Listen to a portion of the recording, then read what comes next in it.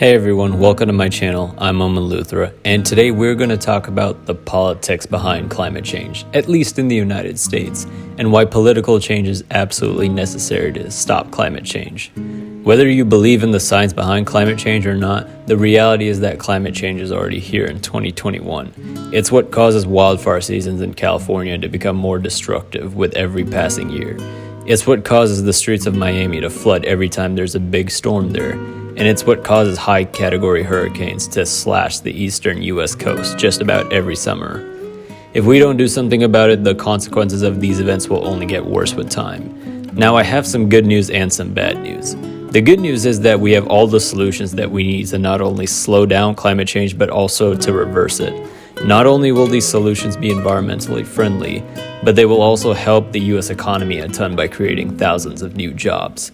A lot of people think that when you take actions to protect the environment, it will hurt the economy, or vice versa. And that's just not true. It is very much possible to do both at the same time, and those are the solutions that we should strive for.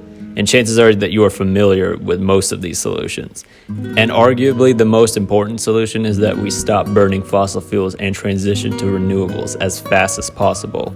Did you know that solar and wind can now produce electricity that is cheaper than fossil fuels? Generally speaking, 1 kilowatt hour of electricity from solar or wind costs between 5 and 10 cents. On the other hand, 1 kilowatt of electricity from fossil fuels costs between 10 and 20 cents.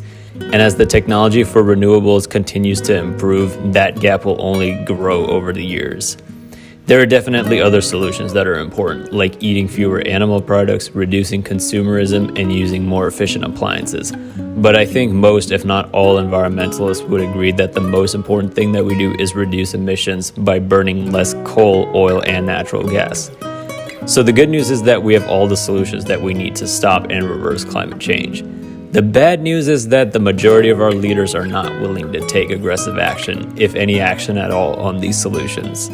I talked a little bit about this in my capitalism video, which I will include in the top right corner as well as in the description. But the United States runs on a system where our elected leaders and corporate officers will usually make decisions that will maximize short-term profits. With that mindset, it would never make sense to take action on climate change, because investing in renewables would have high upfront costs, and the leaders who depend on those donations they get from fossil fuel companies to delay climate action would also stop receiving donations. And the other problem is that the benefits that you get from taking action on climate change are not noticed right away. You can think of climate change like a train with momentum. Right now it is riding really fast, and the more action we delay, the more momentum the train gets. And if the train goes fast enough, it could eventually fall off of its tracks. At the same time, taking action on climate change will reduce its momentum, but the train will still keep moving forward, just slower.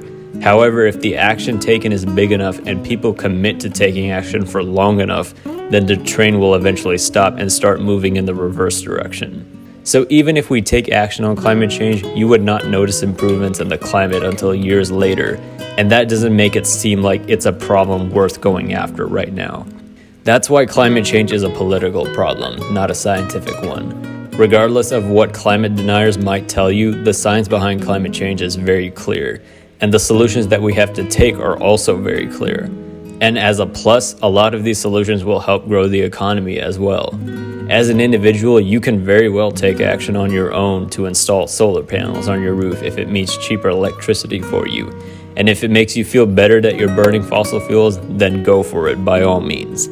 But as much as individual action can help, the impact it has on reducing emissions is not even close to the collective action that our local, state, and federal governments could take. And also, the overall cost for each person would be much lower compared to individual action. The idea of a personal carbon footprint is a scam to some degree. Do you have an idea to who created that term?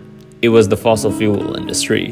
While you and I can definitely reduce our own emissions, the fossil fuel companies came up with that term so that the blame of too many emissions could be shifted away from those at the core of the problem and towards the individuals like you and me. There is really no reason at all for governments and corporations to not take action, except that they want to keep as much money as they want for themselves, which is totally unethical because they are the ones who will experience the least of the consequences that come with climate change, while those in poverty and those in developing countries around the world will get the worst of them. Now, the hard question that needs to be answered is, well, what can we do about it? To put it simply, I think the most important thing that we do is have leaders who care badly enough about taking action on climate change, regardless of what party they are in. As long as our leaders don't care enough about climate change, they will not take enough action on it. That's why it's very important that you go out and vote whenever an election happens. The United States has one of the worst voter turnout rates in the world, which was about 62% for the 2020 general election. Just like with taking individual action on climate change, your vote counts even if it's a small number among the millions of voters. If it didn't count, then there would be no point in voting. And don't forget that when you vote, not only can you vote for leaders who care for the environment, but you can also vote for environmental policies as well.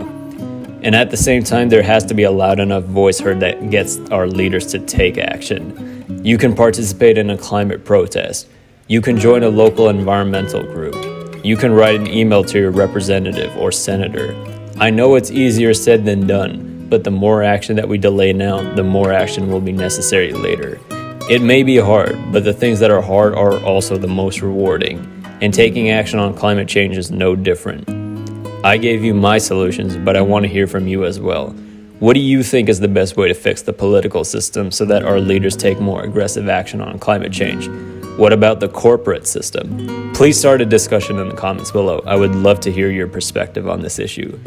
If you found this video to be insightful, make sure you give it a like and subscribe down below. I make new videos about climate change very regularly on this channel, and I know you don't want to miss out on them. So make sure you turn your notifications on as well. Thank you very much for watching, and I'll see you in the next one. Bye, everybody.